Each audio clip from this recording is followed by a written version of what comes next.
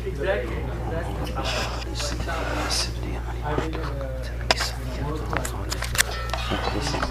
you doing, brother? Alhamdulillah, inshallah.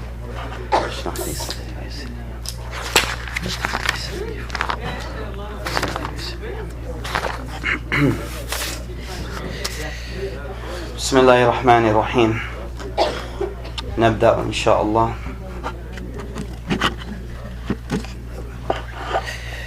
إن الحمد لله نحمده ونستعينه ونستغفره ونؤمن به ونتوكل عليه ونعوذ بالله من شرور أنفسنا ومن سيئات أعمالنا من يهده الله فلا مضل له ومن يضلله فلا هادي له ونشهد أن لا إله إلا الله وحده لا شريك له ونشهد أن سيدنا وحبيبنا وقرة أعيننا محمد عبده ورسوله صلى الله تبارك وتعالى عليه وعلى آله وصحبه وبارك وسلم تسليما كثيرا كثيرا.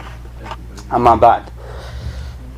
Today, inshallah, chapter 80, page 159, inshallah, chapter 80, Babun Fadlu Man Mata Lahul Walad. Chapter, the virtues or the excellence of the one who one of his children dies in young age.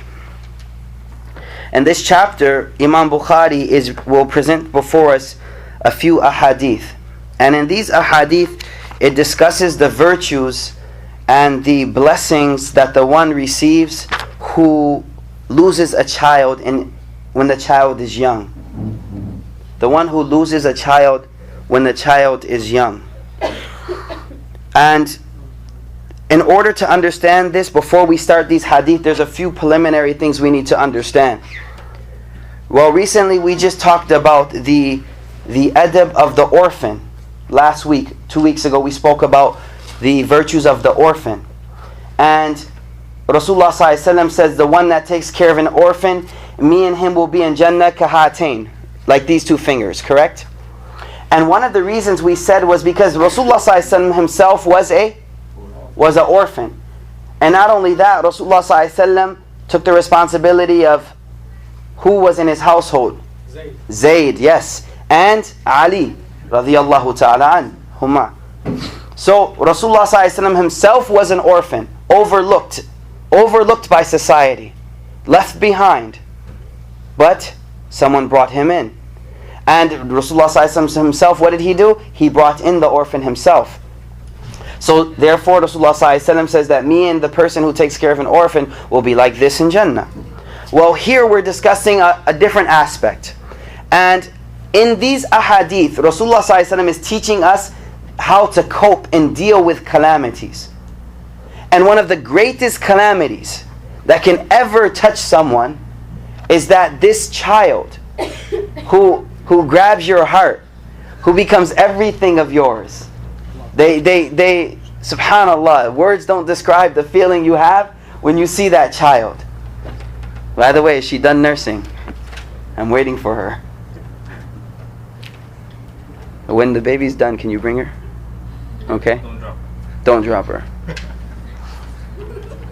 So, as we're saying, this child, and subhanallah, if we look now let us look at the life of Rasulullah ﷺ. Look at this.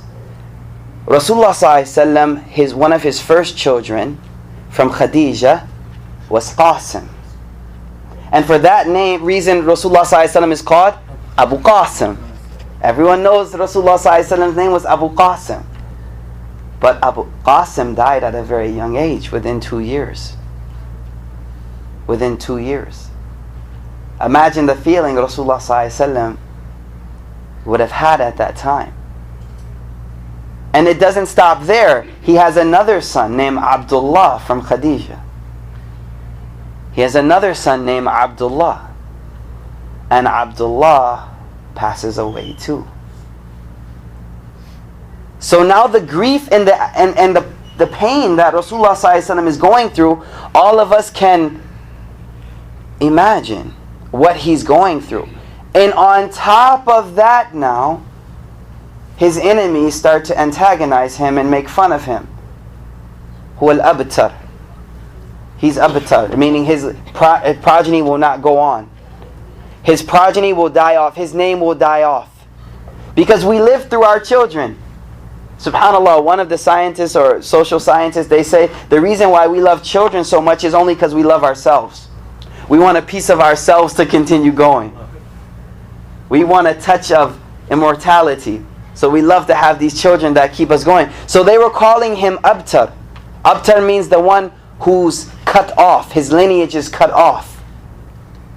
So not only is Rasulullah ﷺ receiving in himself having to cope with this, but on top of that now you have those who hate you the most saying things about this situation now. In the 8th year of Hijrah, the leader of Alexandria, Muqawqis, of Egypt, he sent a gift to Rasulullah sallallahu alaihi wasallam. 3 gifts. 4 gifts actually. He sent a baghla, a mule, yes, a white mule. The name of this mule? That's homework. That's homework, inshallah. The name of the mule? No, there was a name for this mule. Ufayra. So that was one of the gifts. The other gift he gave was Maria Qibti. Maria Qibti was the other gift that was given, and Maria's sister, her name was Sirin.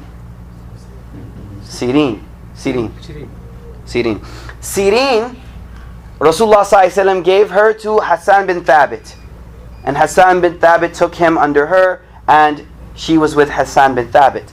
But Maria Qibti, she was a gift from Muqawqis, and she stayed personally with the Rasul sallallahu alaihi wasallam.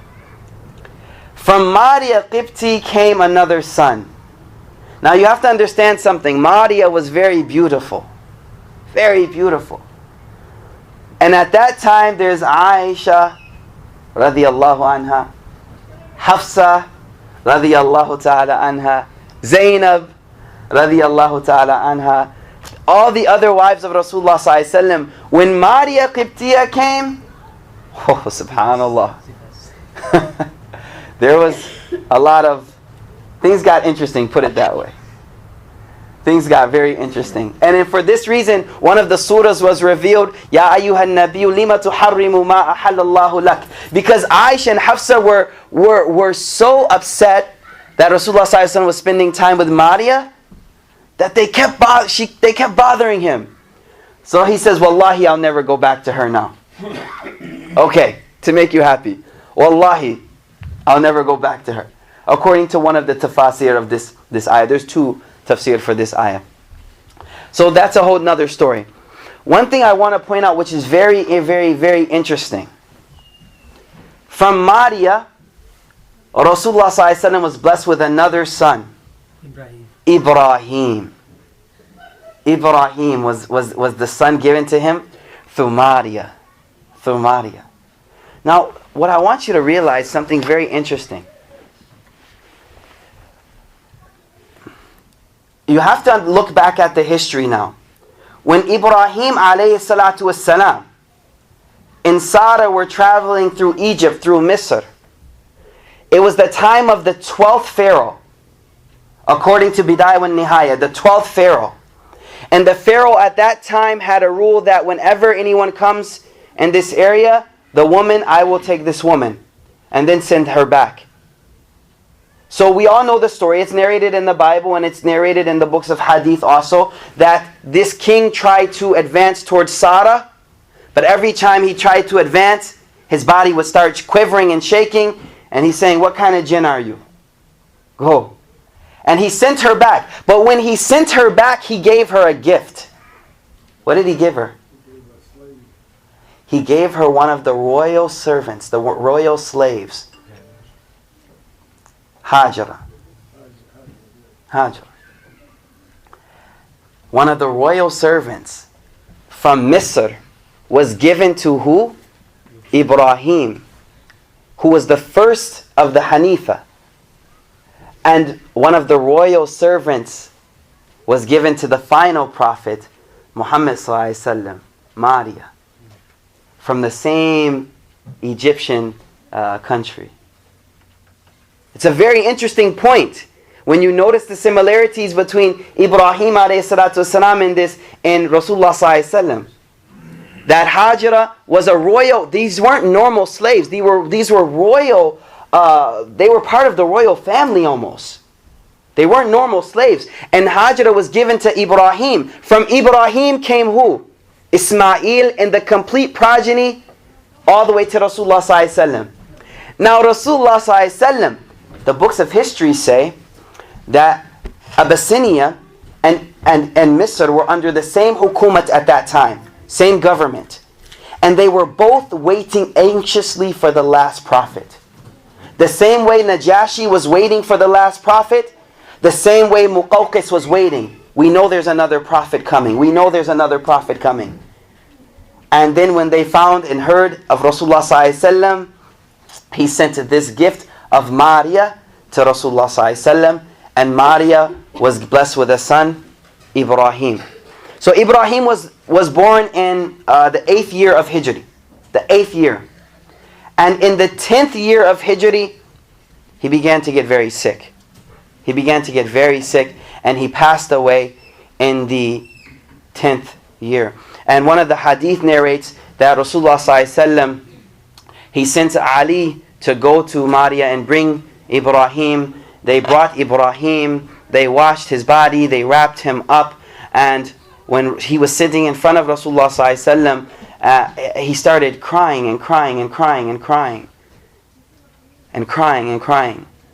So they asked Rasulullah sallallahu alaihi wasallam that what is this? And he explained that the qalb yuhzan wan ayn tadma, that the heart is going to feel pain. And this is what we got to learn here, brothers and sisters, that Rasulullah sallallahu alaihi wasallam is teaching us how to deal with musibah, how to deal with calamities. He says the heart will hurt and the eye will shed a tear. وَلَا نَقُولُ إِلَّا مَا يَرْضَى رَبُّنَا تَبَارَكَ وَتَعَالَى أو كما قال عليه الصلاة والسلام. But we will only speak those things which make our Lord happy. We'll cry. We'll feel bad. But we will only say that thing which Allah is pleased with. We'll never say, why did Allah do this to me? Why did Allah do this to me? Or na'udhu billah, something else that shows our anger with Allah subhanahu wa ta'ala. Regarding this, brothers and sisters, there's 3 things that we need to understand happen with every calamity. Every musibah, every calamity has 3 things inside of them. 3 reasons why they come. Number 1, mukaffirat. Number 1 is mukaffirat. Mukaffirat means it's an expiation for some wrong we have done. Some wrong we have done, it's an expiation for that. The other reason why some calamity, that's number 1. Number 2, mudhakkirat. To make you think, to make you deliberate, to make you think, why is this happening to me? What did I do wrong and where my connection with Allah subhanahu wa ta'ala fell off? Mudhakkir. And something interesting, I heard one of the scholars say, whenever the Sahaba made a mistake, it never happened to them again. Uhud only happened one time because they learned the lesson from the mistake. What happens to us? Every week we make the same mistake over and over again. Every time, over and over.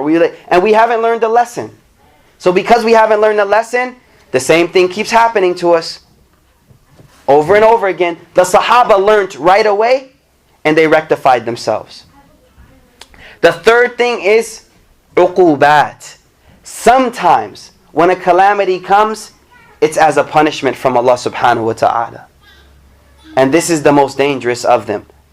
But brothers and sisters, remember, we can never look at someone else and say that, oh, this happened to him because of this.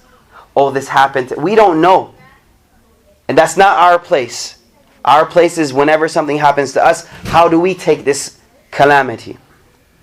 So, Rasulullah sallallahu alaihi wasallam's son Ibrahim passed away. On the same moment and day that Ibrahim passed away, there was a solar eclipse. There was a solar eclipse on the exact same day that Ibrahim passed away. And subhanAllah, look at the siddiq, look at the truthfulness of our blessed Prophet sallallahu alaihi wasallam. If it was one of us, what do we say? I told you my boy was special. I told you this was a special boy. Even though we know nothing. But the mere coincidence would convince us that, man, this was a special son. And who's there to disprove it? No one. Rasulullah sallallahu alaihi wasallam gets on the minbar. He gives a khutbah. And what does he say? That this sun and the moon are ayat, signs of Allah. لا ينكسفان لموت أحد ولا لحياتي. They do not eclipse for the maut, the death of anyone, nor for the life of anyone. At this situation, who other than a true prophet would come to that level of humility? That the death of his prophet and a solar eclipse happens the same time, and right away he sets the record straight. No. This has nothing to do with my son passing away. It's just a sign from Allah subhanahu wa ta'ala. Bil farad. Hypothetically speaking, if he was to say that this happened because of my son, who's there to disprove that? And such a great thing, subhanallah, a solar eclipse, how often does that happen? What's the coincidence at that place to see the, subhanallah. But what does he say? No. Has nothing to do with me or my son passing away. So this was Ibrahim alayhi salatu wassalam. So subhanallah, what struck me as amazing when looking at these hadith, the last chapter we realized Rasulullah sallallahu alaihi wasallam himself was an orphan. And here as we look at these hadith, when we look at his life, he himself lost 3 children. He himself lost 3 young, and I can't imagine. May Allah protect all of us. But when the boy is only 1.5, 2 years old, subhanallah, that must be the time when the love is the most. They're walking around, they're trying to crawl. Ibrahim was around 10 to 15 months when he passed away. 10 to 15.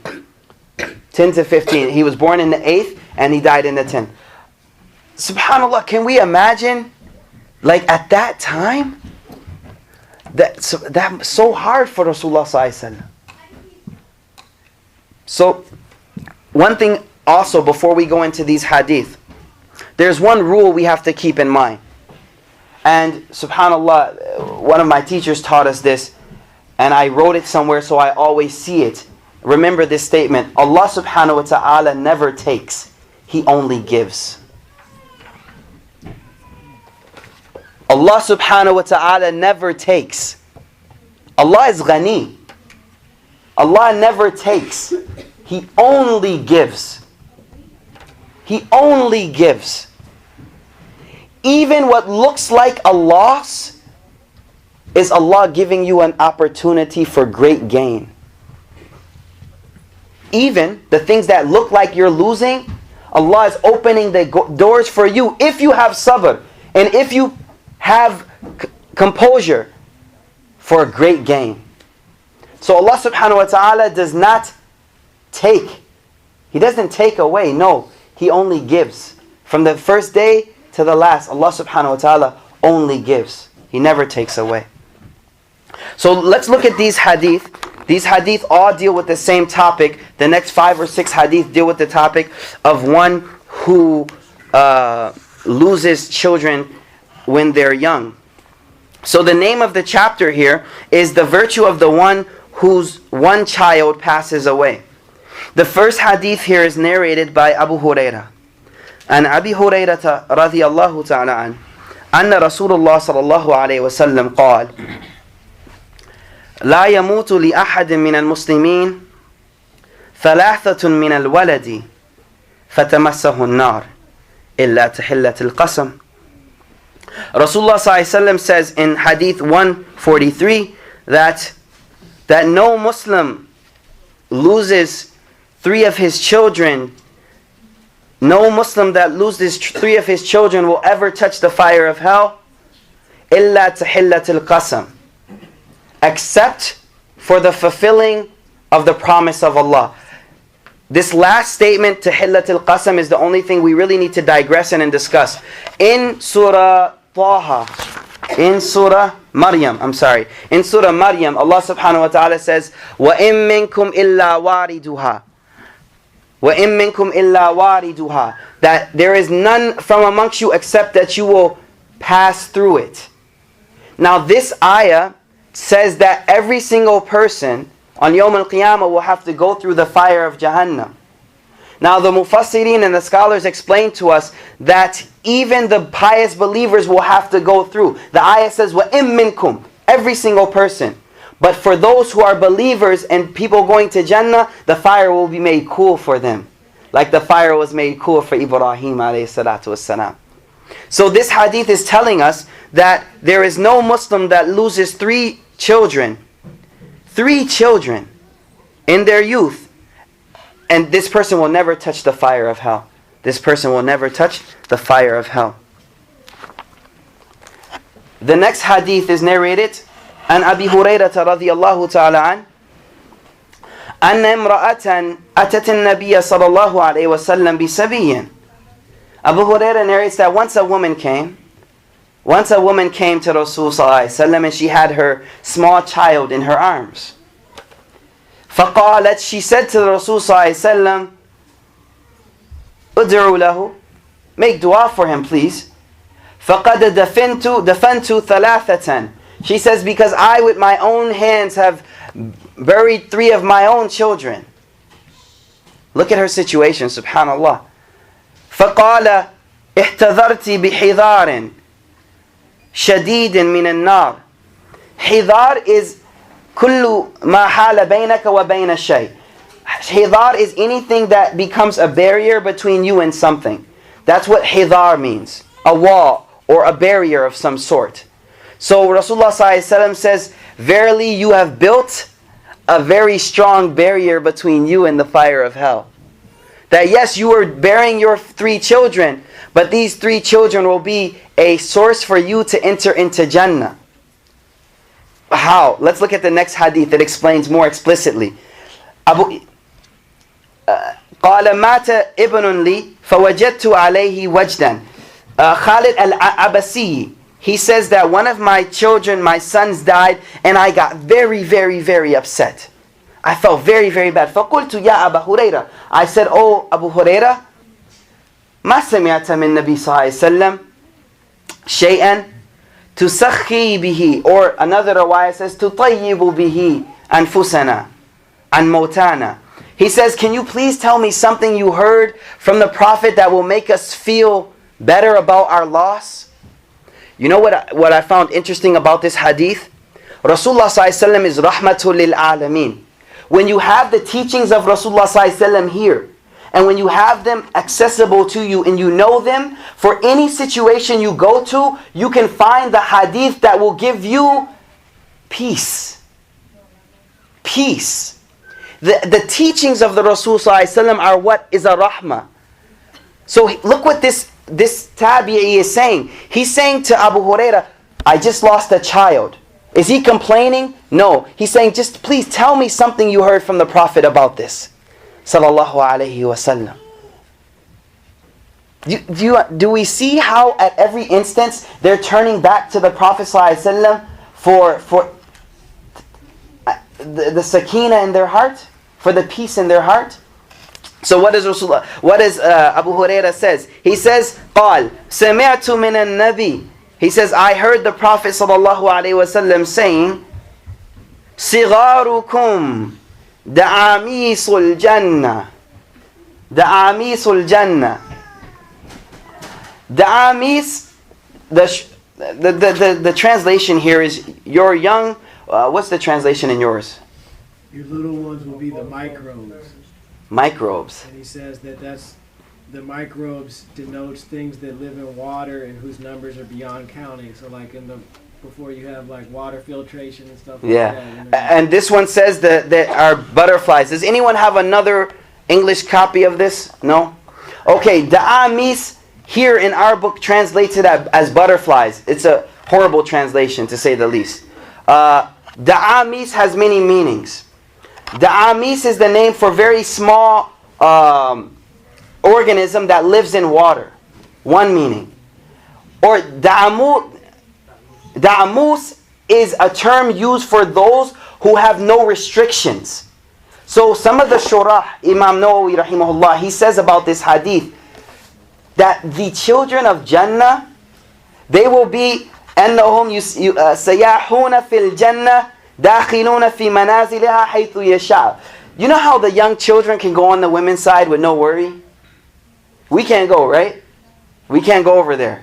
But the little children, they go everywhere, right? There's nowhere you can stop them. The whole house is theirs.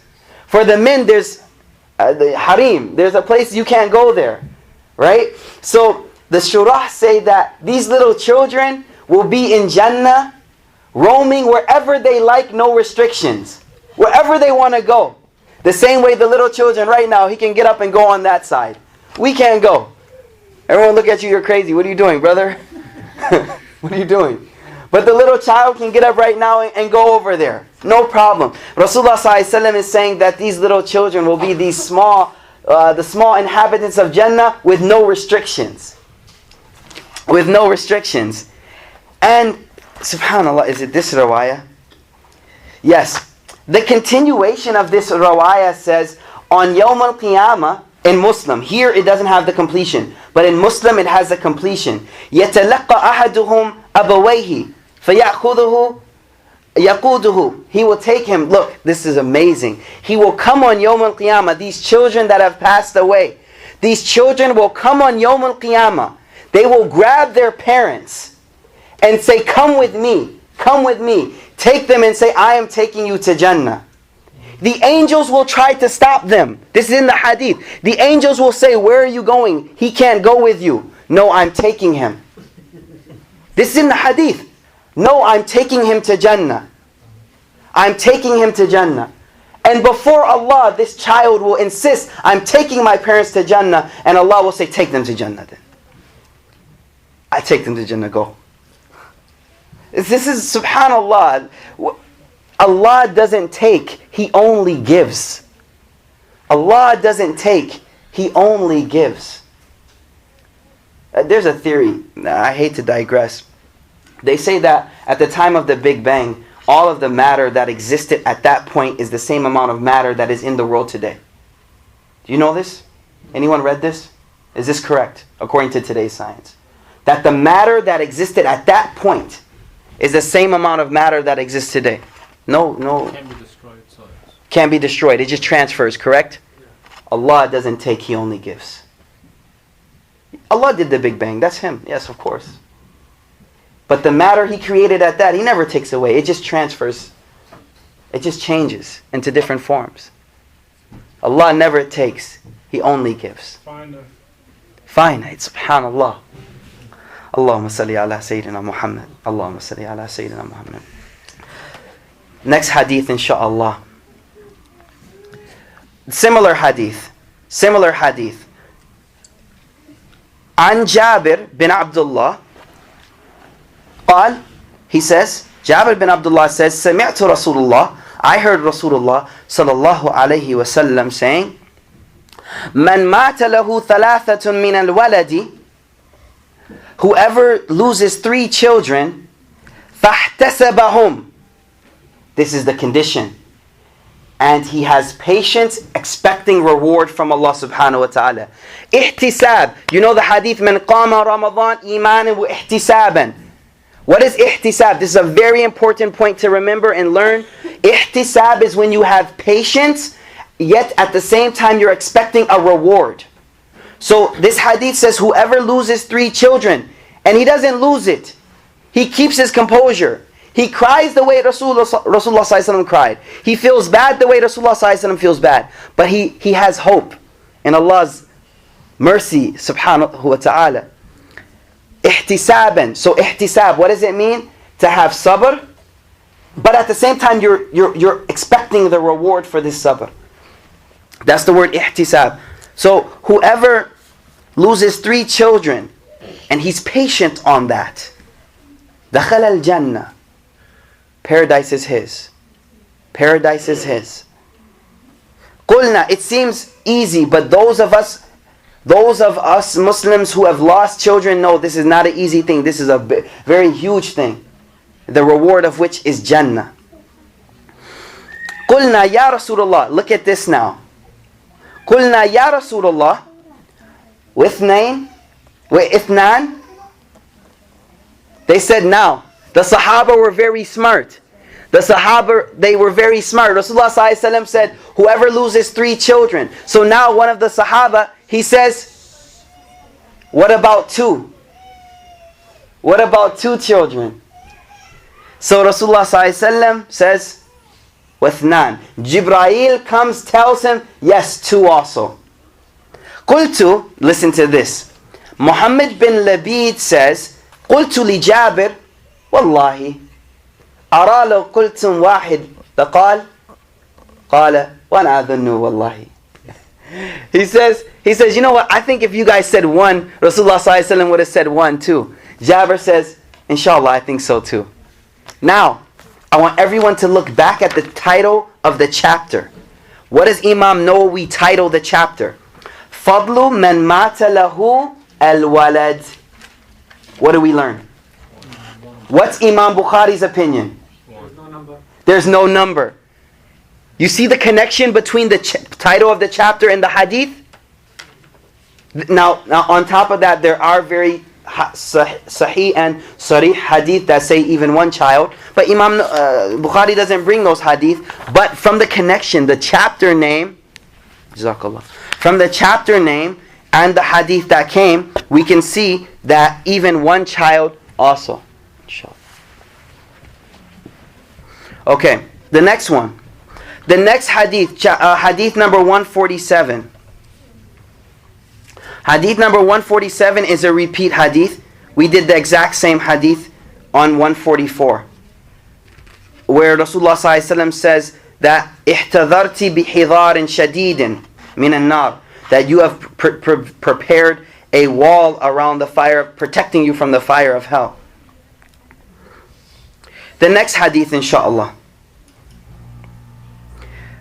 Abu Hurairah narrates that جاءت امرأة إلى رسول الله صلى الله عليه وسلم. A woman came to Rasulullah صلى الله عليه وسلم. فقالت, she said, يا رسول الله صلى الله عليه وسلم إنا لا نقدر عليك في مجلسك. She says, now this was a problem back at the time of Rasulullah صلى الله عليه وسلم. I don't think we have this problem too much. Well, sometimes. The women came to Rasulullah ﷺ collectively.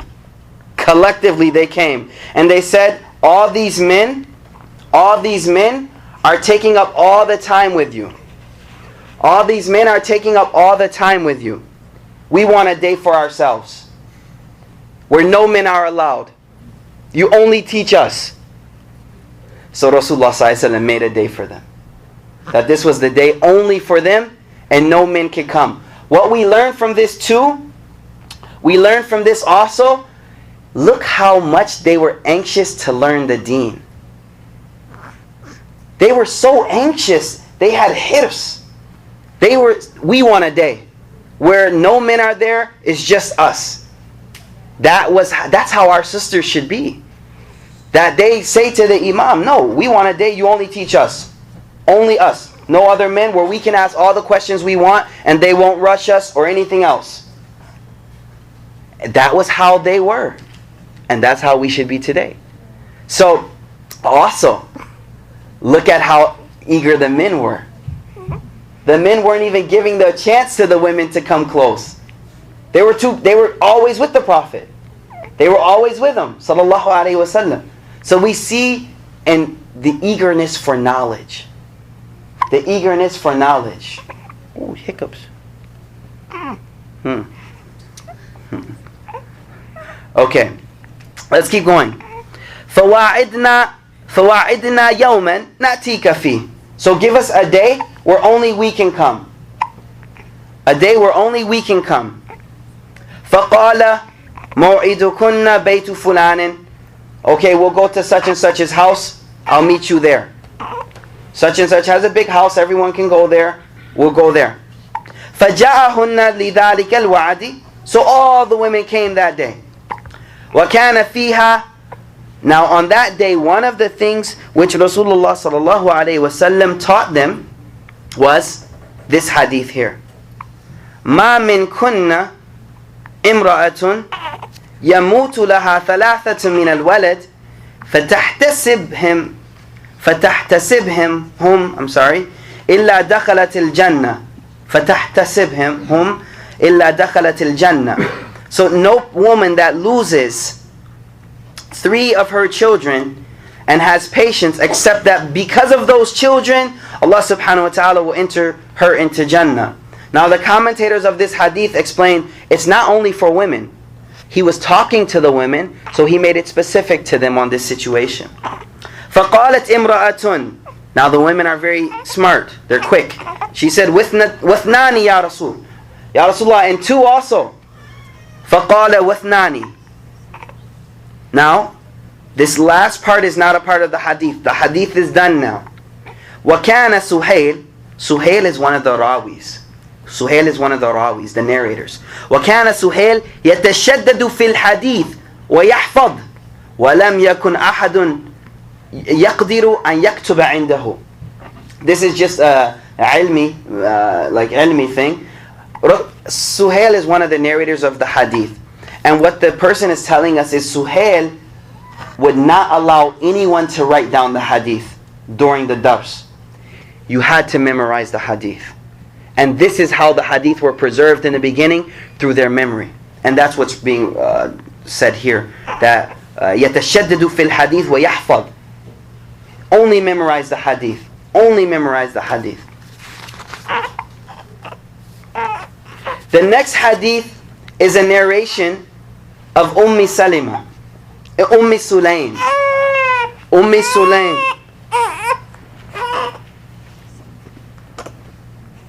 The next hadith is a hadith of Sulaim. And Sulaim has a very interesting story. She was in Medina. And she was married to a non-Muslim. He ran away. He ran away out of Medina. And some of the narrations say, he said, I know this prophet is going to make khamr haram, I'm leaving. One of the narrations says, he knew what was coming. He said, I'm leaving before alcohol is made haram. But he wasn't a Muslim, but obviously there'll be no selling and buying. So he left. When he left, Abu Talha, this is a beautiful story. This is a beautiful story. When he left, Abu Talha proposed to her. So she said, I won't marry you unless you become Muslim. He wasn't Muslim at the time. I won't marry you unless you become Muslim. فَأَسْلَمَ. Abu Talha became a Muslim. Some of the scholars say that this was one of the most expensive mahrs. Sadaqah. His sadaqah was Islam. His mahr was Islam.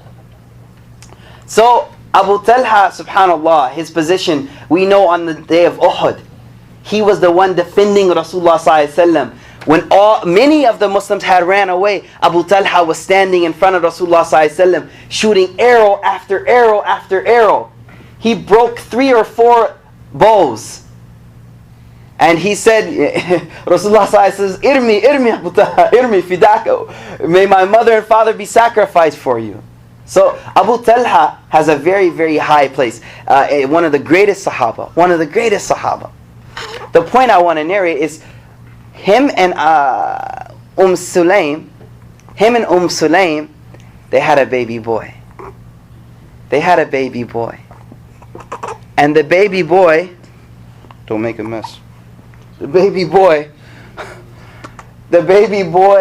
got really sick. The baby boy got really sick. And one night, Abu Talha is with the Prophet ﷺ, and the boy passes away. He dies. And he's only 2 years old.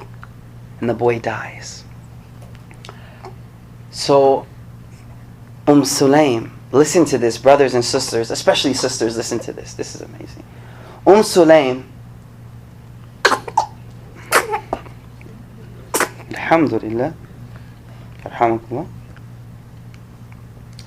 Sulaim, she takes the boy, puts him into the small bedroom, and covers him up. Abu Talha comes home. Abu Talha was with the Prophet ﷺ. And then the riwayah says she got the food ready. She went back to the kitchen and started making amazing food. She made an amazing meal that night. And Abu Talha comes home. There's two riwayah. I'll narrate both of them. One riwayah says when Abu Talha came home, he said, "How's the boy doing?" She said, "He's never been better. He's never been better than he is right now." What does she mean? He's in Jannah. He's the Amis of Jannah. He's with his Lord. He's never been better. So Abu Talha, she goes, "Okay, time to eat." Another narration says, when he came in, he went straight to the boy that was covered, and he went to go touch her. She said, "Wallahi, swear by Allah, if you touch him, he's never got as good sleep as he's getting right now. He's never got as good sleep as he's getting right now. Leave him alone. Come eat your food. I made food for you." He comes and eats. Then what does she do? Tatayyibat. She put on some nice perfume, makeup, while he's eating. The rest of the story you got, okay? I don't got to say it. The next morning, after everyone is, shabi'ah, everyone's full, as they say. After everything was done, she says to him, they're just sitting there. She says, "What do you think of a neighbor that gives someone loans something to someone, and then when he asks for it back, the neighbor gets angry? Why are you asking for it back from me?" So Abu Talha says, "What a horrible neighbor. He loaned it to him, and when he asked for it back, he gets angry? What a horrible neighbor." And at that point she says, "Our boy has passed away." Can you imagine this woman? Can we imagine her composure? Her, not composure only, her iman in Allah. Her iman is so strong that she sees this boy is in Jannah. He's in Jannah. And when the iman becomes so strong, everything we're reading isn't just words. It's kal ra'yul ayn. It's like you see it. So in the morning, Rasulullah ﷺ, Abu Talha was angry. He says, "You do all this and you don't tell me about my son?"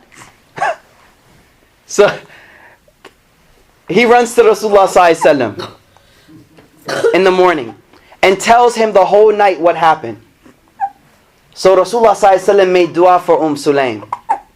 And on top of that, he said, "May Allah put barakah in last night. May Allah put barakah in last night." Now, can you imagine Rasulullah ﷺ asking for barakah for you? There's one sahabi, Rasulullah ﷺ made dua, Allah put barakah in his wealth. This sahabi says, "If I would pick up a rock, I'd find gold under it." He's exaggerating, but he's telling you, everything I touch would turn into money. He was a businessman. So Rasulullah ﷺ said, "May there be barakah in last night." Well, she conceived. Abdullah. The narrator says, "I saw Abdullah with 7 to 10 boys around him, all of them huffaz." These were the grandchildren of Abu Talha. "I saw Abdullah with 10 huffaz in the masjid. They're all Abdullah's sons, and they're all huffaz of the Quran. And they're reading Quran." Allah doesn't take. He only gives. He doesn't take. He doesn't take. He only gives. We have to take when He's ready to give us.